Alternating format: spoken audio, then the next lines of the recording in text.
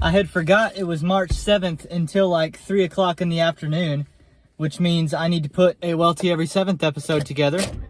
So that's what this is. I'm doing a quick down and back order, just going and picking up pizza for somebody that appears to be in my neighborhood. Today I want to talk about my use of the word pride or proud in reference to myself. I want to talk about why I don't want to do that anymore. And I'm saying that on camera here because I'm spending a lot of time talking to you guys, and you know, sometimes that word's gonna slip out, but I'm stating this here that I don't want to use the word pride or proud referring to myself ever again, because I see you guys as a bit of an accountability group to me. If you hear me do it someday, call it out. I've already caught myself. See, this is something I've been convicted with and thinking about.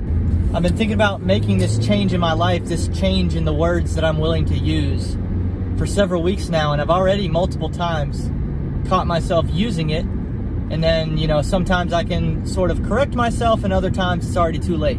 Like in my community post on Sunday, I talked about how I was not very satisfied with this week's result. But you see that I had edited the post just because when I originally typed it up and originally posted it, I'd said, I'm not very proud of this week's result. And see, that's just a lack of vocabulary if I can't get my point across without using the word proud or pride. Now, why is this something that I've been convicted with? See, the words pride and proud come up in the Bible.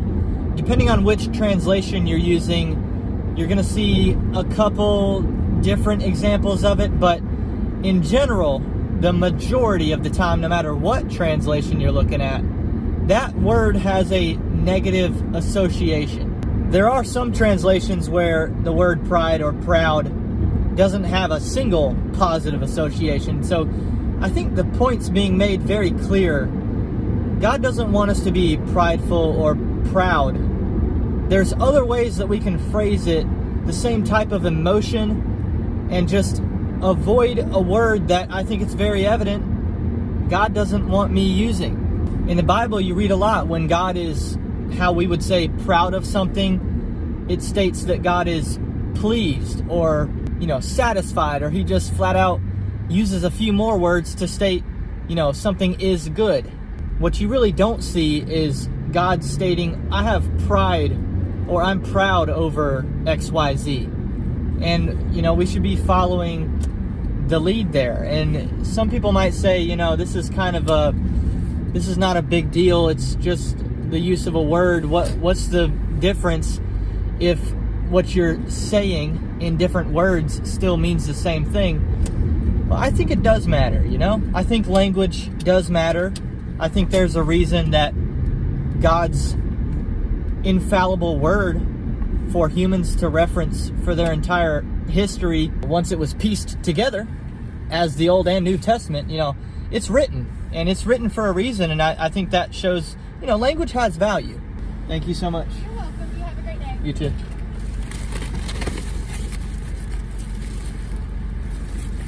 Yes, I am using my pizza bag. I've gotten a lot better about using the hot bag, and I even forced myself to get better at it by paying for the catering bag, that big DoorDash catering bag. I said, you know what, if I'm going to make myself spend the money on this so that I start valuing that part of what I'm doing, and so I've made a lot of progress in that. Back to the point of the video, you know, the negative things you see pride or proud described as in the Bible, you're talking about, you know, it's referenced as one of the deadly sins. And the first verse I think of when I think of pride off the top of my head would be that pride comes before the fall. I should probably avoid using the word pride if that's the case. I don't think that it's a coincidence that the word pride has been gripped by the LGBTQIA+, but they're not the only identity group that you see using the word pride. You know, there's racial pride groups. But you name it, insert identity group, and there's a pride around it based on those that consider themselves to exist in that identity group. And the fact of the matter is, we shouldn't be finding our identity in anything more than we find our identity in Christ, in our Creator, in the fact that we're made in his image, and the fact that we are following his example. You know, as I'm observing all kinds of clearly anti-God agendas in our culture confirming themselves and affirming themselves with pride and appealing to others with the fact that, hey, you should find a sense of pride in the fact that you are this XYZ thing. That's just even more evidence to me that I should not be wrapping myself in an idea of pride. And so for me, it's not a racial group that I take pride in, or a sexuality that I take some sort of weird pride in. It's just, you know, I do things every day on a daily basis, like wearing a Charlotte Hornets hat, every once in a while wearing Chicago Bears t-shirts, coming on YouTube, talking about my financial goals, documenting my journey to becoming a millionaire. There's lots of things that I find some sort of identity in. So I get it. It's not that I don't get it. It's not that I don't relate to people that are hashtag pride. You know, I get it.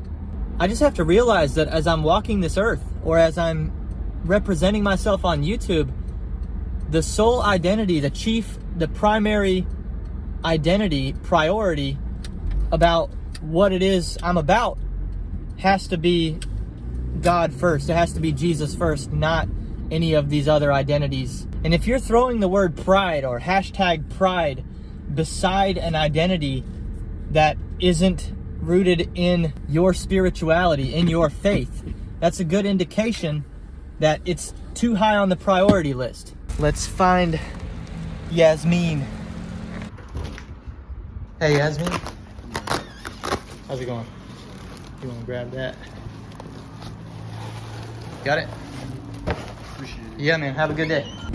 So that's all I've got for this episode of WEL7E Every 7th, because I didn't prepare anything, and you know, that's just what I thought to talk about since it's been on my mind. Again, you guys keep me accountable, especially like in a live chat scenarios where I'll probably let it slip because I don't have the authority to edit. As the audience, be willing to call me out on that when I mess up. Have a wonderful rest of the day. I will see you next time on WEL7E.